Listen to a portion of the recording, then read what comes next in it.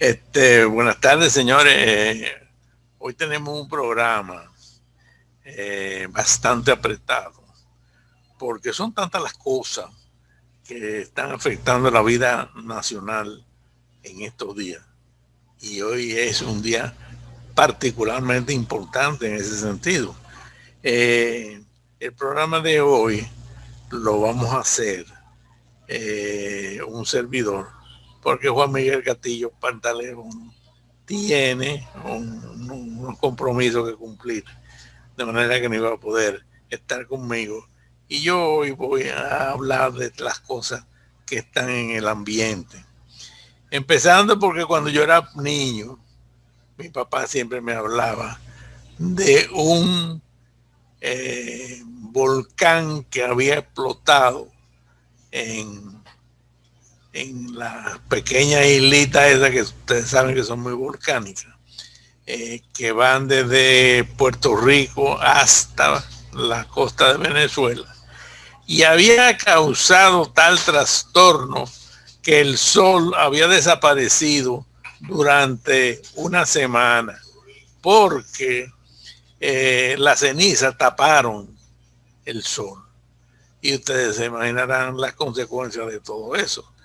Pues curiosamente, desde hace 3 o 4 días, hay un volcán que se llama Le Soufrière, que está afectando dos islas de las que están en ese camino, que son la isla San Vicente y Granadina. Ese volcán, cuando hacen erupción, botan gases donde la principal sustancia tóxica suele ser el azufre. Esta vez, este diablito de volcán ha echado una cantidad de azufre y de compuestos sulfurosos a la atmósfera, que es dióxido de azufre. El dióxido de azufre es una sustancia que hace mucho daño a los pulmones y que ha subido a la estratosfera. Ustedes lo pueden ver ahí en su pantalla ahora. Por allá esa parte de esa columna oscura que se ve está sobre nosotros y va a permanecer posiblemente hasta el lunes. Eh, la aspiración de ese producto, que es un veneno, el óxido de azufre, pues puede causar graves daños, sobre todo a las personas que tienen enfermedades del pecho, ahora que estamos todos afectados, o muchos de nosotros, con el COVID, que afecta, como ustedes saben, los pulmones. Pues imagínense ustedes si ahora durante un par o tres de días se llenan los pulmones de óxido de azufre, que es un veneno. Ojalá esto les sirva a muchas de las personas para saber que deben de estar lo más resguardados posible. En primer lugar, deben de tener la careta permanentemente para aspirar o filtrar el aire que respiran y que entre lo menos posible el, el óxido de azufre. Y vamos a hacer todo lo que sea posible para mantenernos lejos de los sitios donde eso abunde. Es decir, dentro de una casa bien resguardada, pues hay menos óxido de azufre que lo que hay en otros lugares. De manera que hay que evitar los sitios donde está y no estar mucho a la intemperie y mucho menos respirando eso en campos y en playas y en sitios abiertos, porque se nos van a llenar los pulmones de azufre con todas las consecuencias. También queríamos decir que aquí en nuestro país tuvimos durante mucho tiempo una señora que aquí más que en otro sitio, porque ella vino para hacer funciones cuestiones literarias, pero aquí dedicó su vida a la pintura. Se llamaba Tete Marella. Tete Marella era de origen argentino y vivió muchos años aquí, cerca de 30 años. Pintó muchísimo. Hay grandes cantidades de cuadros de ella que son muy buenos y muy bonitos en muchas casas de dominicanos. Algunos son coleccionistas, otros simplemente les gustaron porque ella con mucha frecuencia hacía exposiciones. Esa señora murió en Argentina ayer y ya saben los que tienen cuadros de esa señora, ya saben que tiene mucho más valor del que tenían de ayer, porque ya esa señora no va a pintar más cuadros. De manera que a los que la conocieron y a los familiares que pueda ella tener, le queremos hacer llegar nuestro pésame. Ahí está Tete Marella, de origen argentino, y que se sentía tan dominicana como cualquier dominicano. Tete Marella fue una gran pintora dominicana y tenía un estilo muy propio. Pintaba los pies de las figuras muy pequeñitos y parece que era moderna en el sentido de que está como están los dominicanos, las dominicanas sobre todo ahora, que están todas gordas, gruesas. Ustedes ven el problema que hay en la República Dominicana de obesidad, que hace que haya una cantidad enorme de diabéticos, y las personas que les ha dado el COVID con exceso de peso han tenido menos probabilidades de curación que las que no lo estaban. Así que a comer con moderación y sano, porque eso es una de las razones que está haciendo que la gente ahora viva más años. Yo he tenido muchos amigos en los últimos tiempos que de mucha edad que han muerto, pero es porque tenían un exceso de peso o un exceso de alimentación en general. De manera que ya ustedes saben ese otro problemita que tenemos. Queremos hablar también de Haití, por supuesto. Haití está que sus gentes han hecho. Bueno, yo debo decirle que Haití ya no es una nación como lo que nosotros entendemos como un país y los demás países centroamericanos. Haití se ha convertido en un conglomerado, como lo describía Juan Bosch, que formado por personas que viven y no tienen respeto ni por las leyes, ni por la Constitución, ni por nada. Y por eso está formado hoy en día Haití por bandas de personas, grupos que se dedican a secuestrarse entre ellos, pedir grandes rescates y vivir de eso, porque como no hay gobierno, al no haber gobierno, pues no hay una mecánica a través de la cual se puedan pagar sueldos y la gente pueda vivir. De manera que lo que hay ahora son algo así como pequeñas naciones. Miren, señores, ahí unos haitianos con una goma de un vehículo, queriéndosela pasar por la cabeza a un guardia, que ustedes saben que ese fue un invento que hizo el presidente Aristide, que le ponían ese collar, lo prendían fuego y se quemaban los haitianos. Miren, eso ahí a la izquierda tienen unos collares de eso ya encendidos. Seguramente se lo van a poner a alguien. El otro que ustedes vieron ahí es el señor que ya no está ahí y que ha sido de las personas que han tenido graves problemas. Yo lamento mucho que Juan Miguel Castillo Pantaleón no esté hoy aquí conmigo, porque él se sabe la vida, pasión y muerte de todas esas personas y los conoce como si fueran sus amigos. Yo no tengo esa relación tan estrecha, pero sé que hay muchos problemas con esa gente allá. Quiero entonces también hablar de la difteria. ¿Qué ha pasado con la difteria? La difteria es una enfermedad peligrosísima, fácil de prevenir, porque hay una vacuna muy efectiva, barata, que normalmente los países la suministran a su población.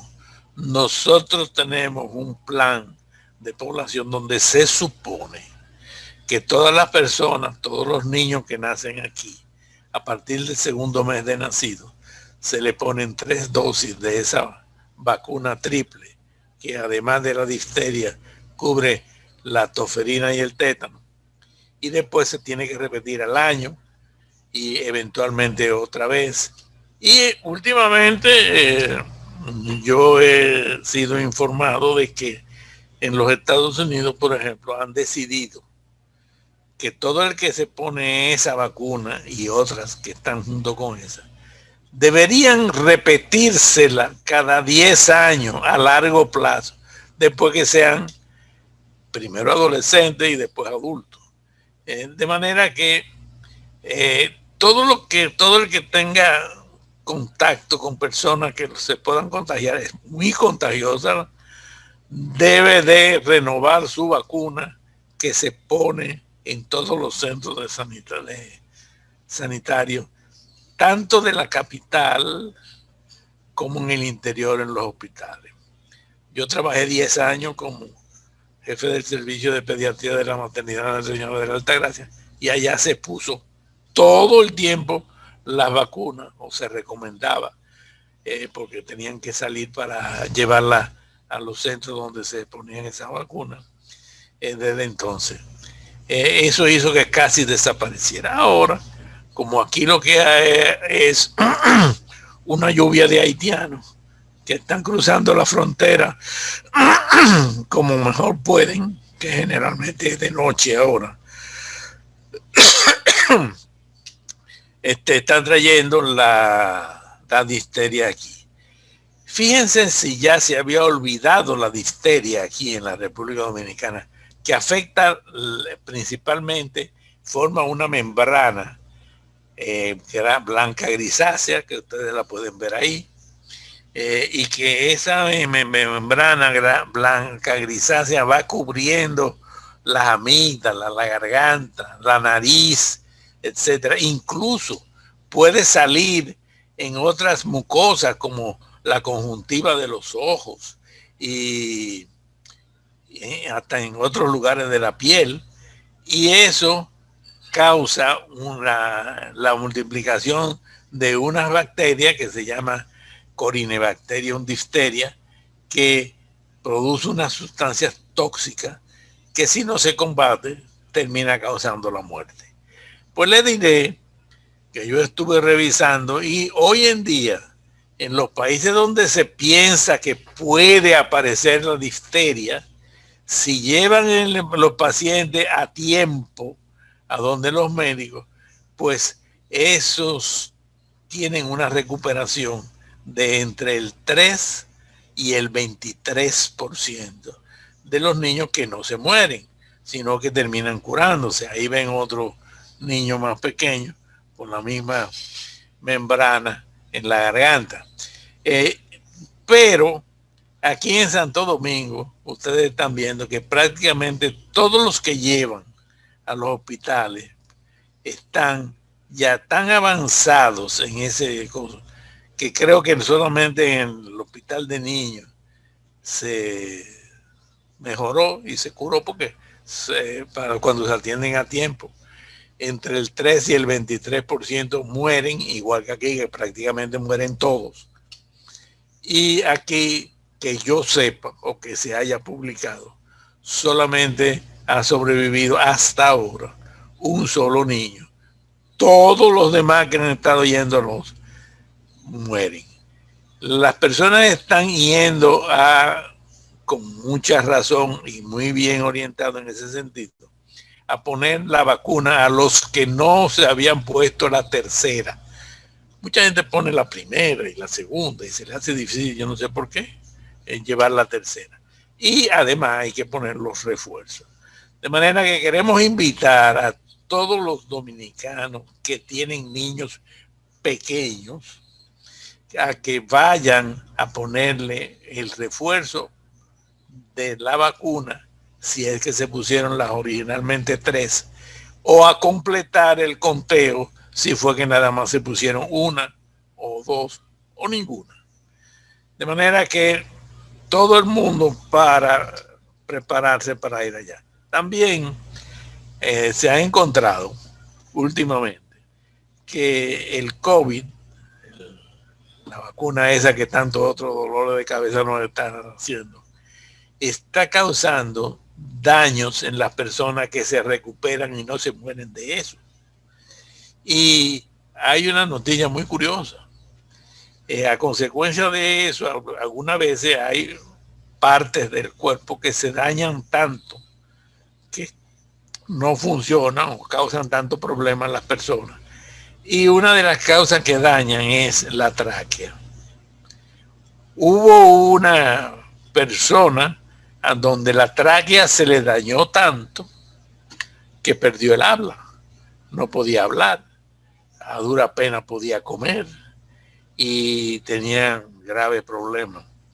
Y curiosamente, porque a veces la necesidad tiene cara de hereje, una cosa que nunca se había hecho era a esa tráquea que había sufrido tanto daño y que estaba en tan malas condiciones, sacarla y hacer un injerto de tráquea. Señores, anteayer se hizo por primera vez en la historia médica un trasplante de tráquea que le hicieron los chinos con los franceses, y a las 2 o 3 semanas de hecho el trasplante se dio de alta a esa persona y recobró inmediatamente el habla, recobró la manera, el poder tragar bien, y se fue a su casa y está haciendo su trabajo que había hecho toda la vida. O sea, ya se convirtió en una persona normal. Eso es una novedad médica. Ojalá eso sirva dentro de la desgracia que hubo que ha habido con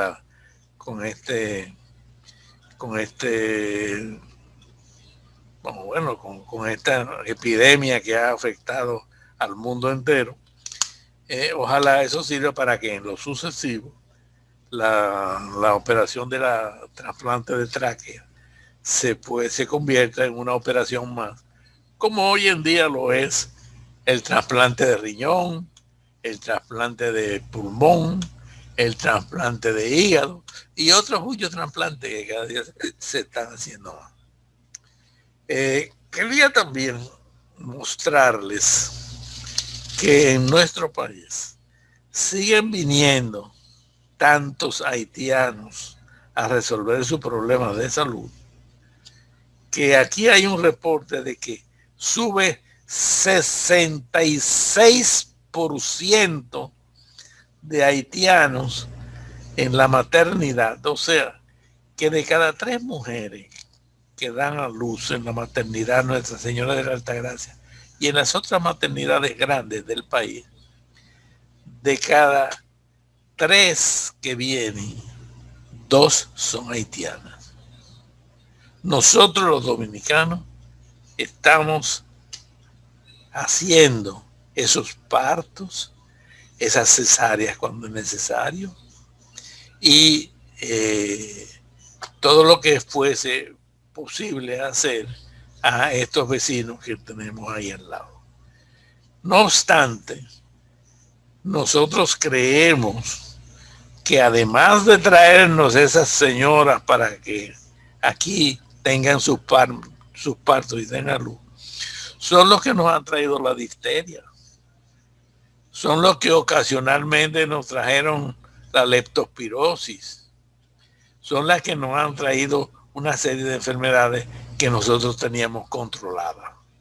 Otra enfermedad de la cual yo quiero decir algo es de la lepra. Como ustedes saben, aquí hubo un médico meritísimo.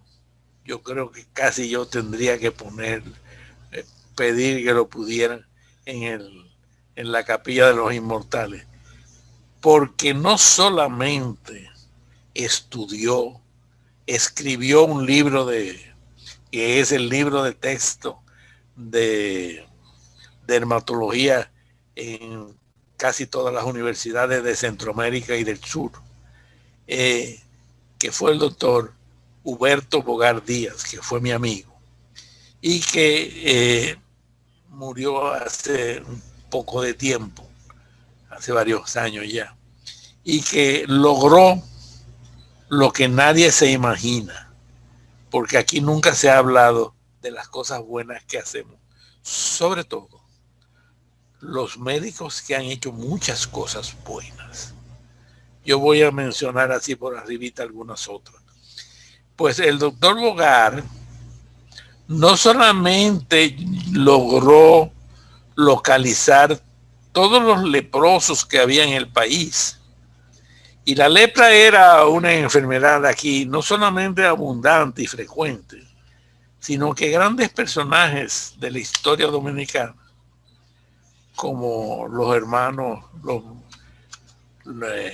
Gastón de Lini,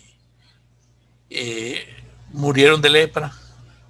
En mi pueblo, San Pedro de Macorís, las familias eran tan frecuentes que las familias tuvieran algunos miembros con lepra, que las familias que podían, o sea, los que vivían mejor, tenían sus buenas casitas, acostumbraban a hacer en la parte de atrás de sus casas unas habitaciones preparadas a donde cuando la señora, la mamá, la tía, la abuela o cualquier otra persona de la familia cogía lepra, lo confinaban para que vivieran ahí y no contagiaran a los demás.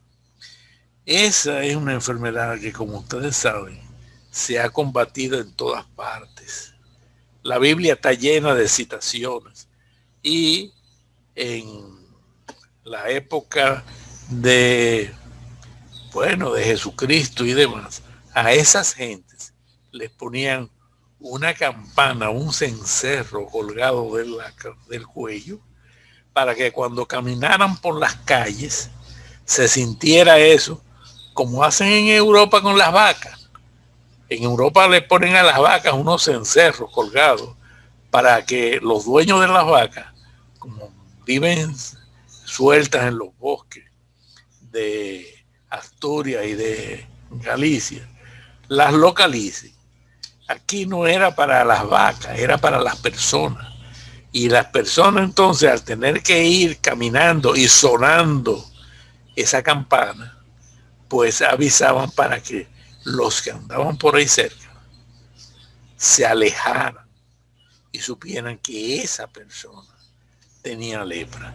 Fíjense hasta dónde han llegado los extremos para controlar esa enfermedad. El doctor Pico Bogar, Huberto, no solamente localizó todos los leprosos que había en el país, sino que además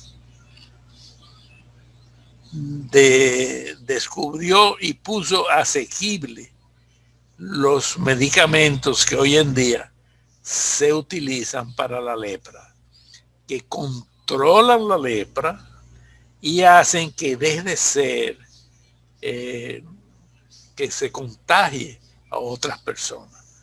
De manera que las personas que están en tratamiento con eso dejan de ser infecciosas. Y él me decía a mí, que cuando murieran los que él tenía en tratamiento, que en aquella época eran cerca de 700 por ahí. Él todos los meses o semanas, cuando fuera, tenía un grupo de, bueno, ahora le dicen delivery, de deliveries, que le llevaban a su casa las pastillas que tenían que tomarse todos los días hasta que morían, para dejar de ser contagiosos y para que se mejorara su lepra. Eso lo hizo el doctor Tico Bogar. Tengo entendido que está reapareciendo la lepra, o sea que la lepra cuando él murió estaba prácticamente controlada por eso. Pero tengo entendido que está aumentando la frecuencia de la lepra en el país porque nos está llegando desde Haití. Imagínense ustedes en Haití la cantidad de leprosos. Yo les diré que yo viajé algunas veces con el doctor Bogar a distintos congresos médicos en distintos lugares. En uno de los lugares en que fuimos, que fue en Cuba, fuimos a La Habana, en una época en que Cuba se las daba de que estaba controlando y que el control sanitario que había en Europa era mejor que el de todos los demás países de América Latina. Pues les diré que en una conversación en la cual estaba yo, estaba él y estaba el ministro de Salud Pública de Cuba, el ministro de Salud Pública le dijo a Tico Bogar delante mío, le dijo: usted no se imagina lo que nosotros conversamos sobre lo que usted ha logrado en la República Dominicana. Usted ha logrado controlar la lepra en la República Dominicana, que no lo hemos logrado nosotros los cubanos, que nos las damos de que estamos curándolo todo y desarrollando medicamentos y desarrollando para todas esas enfermedades. Y usted en la República Dominicana, sin la ayuda que nosotros le hemos dado a los leprosos cubanos, sin esa ayuda ha logrado controlar, curar y mantener libre de esa enfermedad a los dominicanos.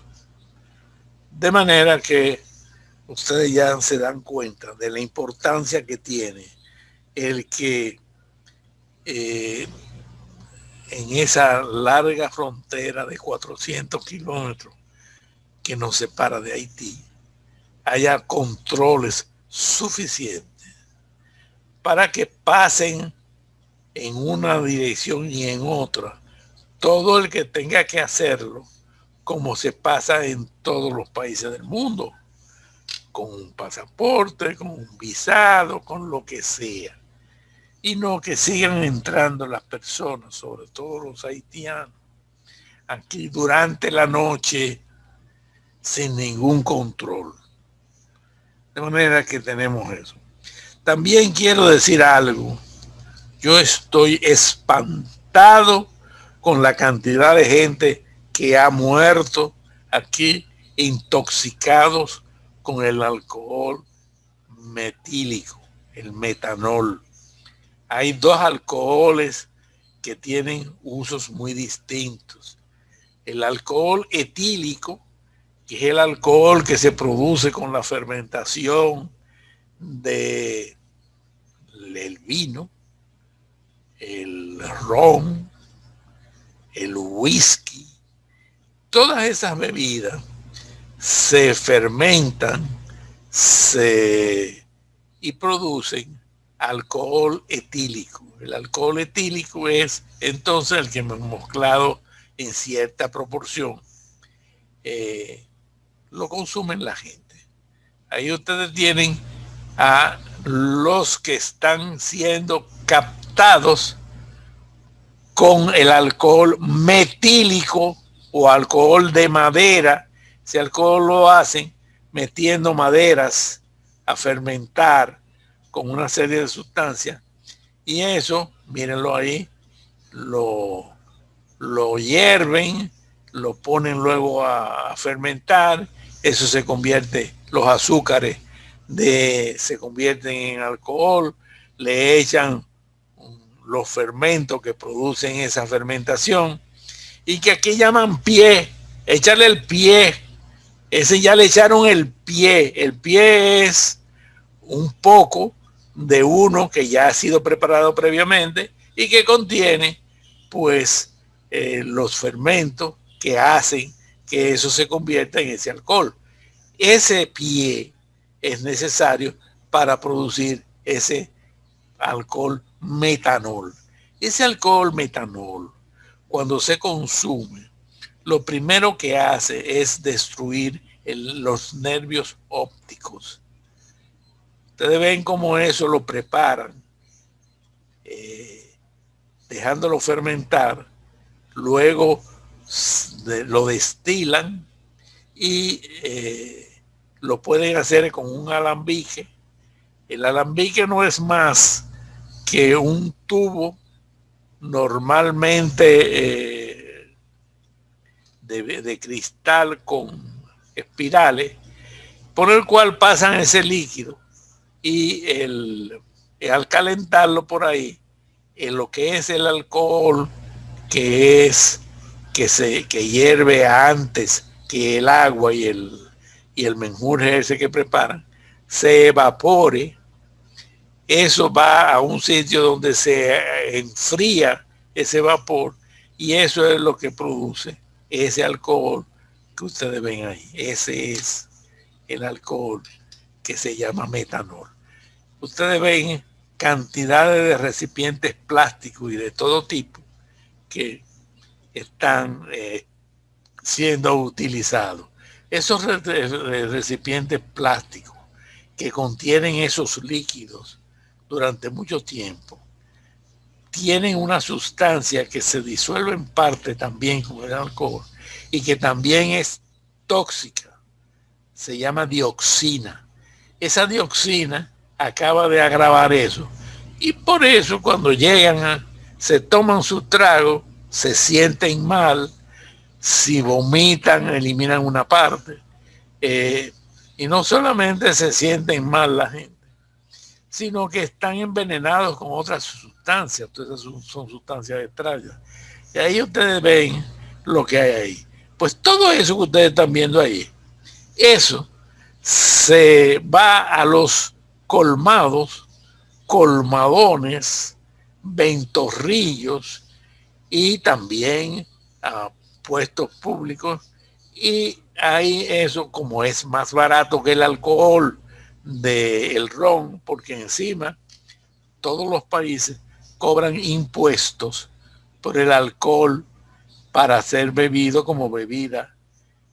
Pero cuando eso es una cosa completamente clandestina, que no tiene etiquetas, muchos de ellos, no se puede poner impuesto. Al no ponerse impuesto, eso es muchísimo más barato. Y entonces, todos estos infelices, estúpidos, se dicen, ay, ese sí es un romo barato. Uno se lo toma y al poquito rato está ya sabroso.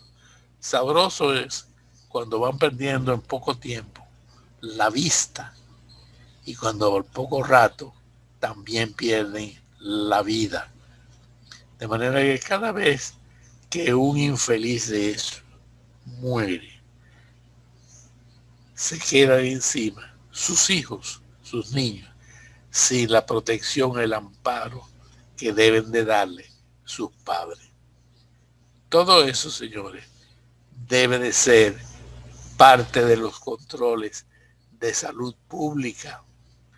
Salud pública y la policía y demás órganos deben de tomar esa gente que hace ese trabajo de producir ese alcohol o metanol que ese normalmente se utiliza pues para darle lustre a los muebles, para preparar pues, betún o el líquido ese que usan los limpiabotas para limpiar los zapatos antes de...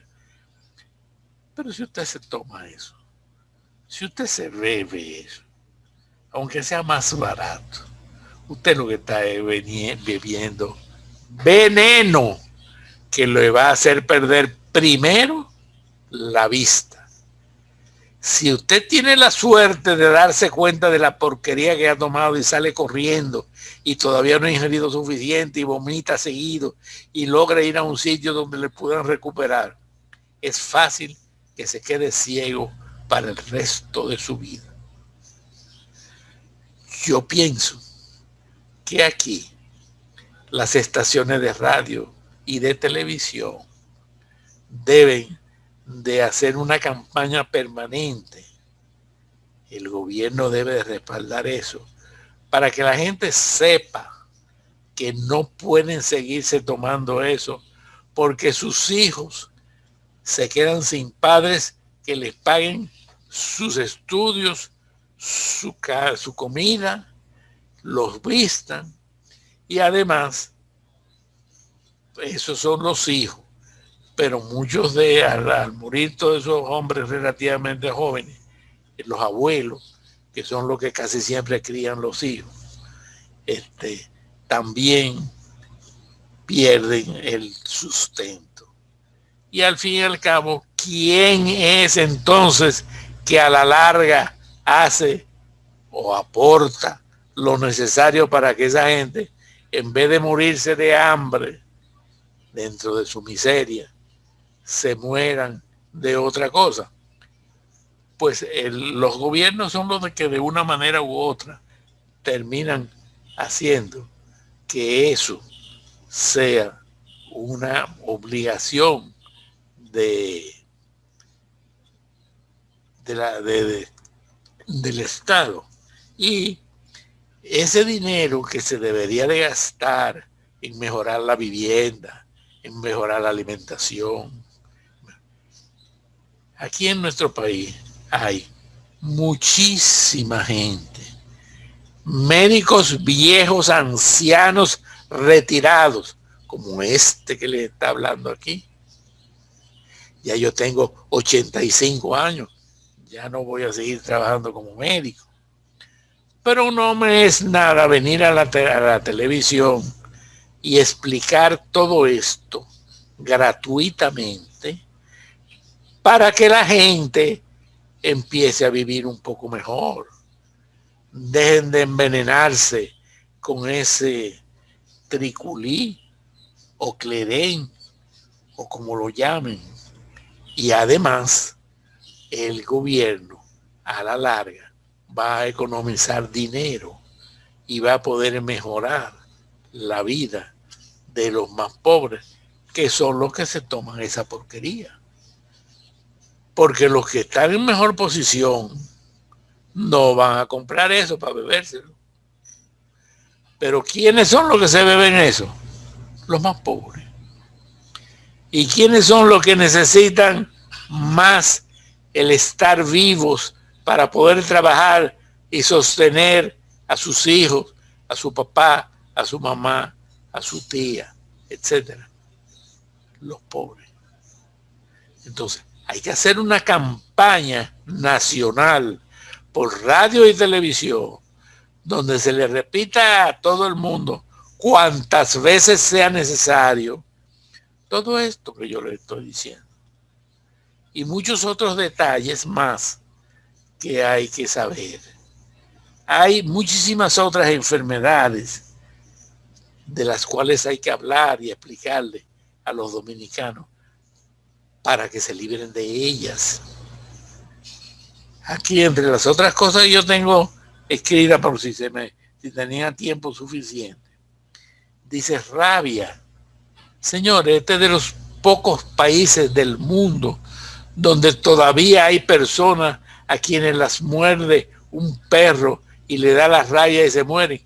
En el mundo no hay una persona que haya sido mordida por un perro rabioso o por un gato rabioso, o por un ratón rabioso, o lo que es peor, que la gente no sabe, que a los cerdos le da la rabia también, y a los caballos le da la rabia, y que se ponen también rabiosos y también muerden, y también pueden. Nadie sabe aquí cuánta gente se muere de rabia todos los días. Pero yo sé que son muchos, porque yo he visto muchos. Igual que muchas otras enfermedades de las cuales hay que hablar y que la gente entienda. De manera que ya me están avisando que se me acabó el tiempo. Así que hasta la próxima semana, si Dios quiere. Gracias por su atención.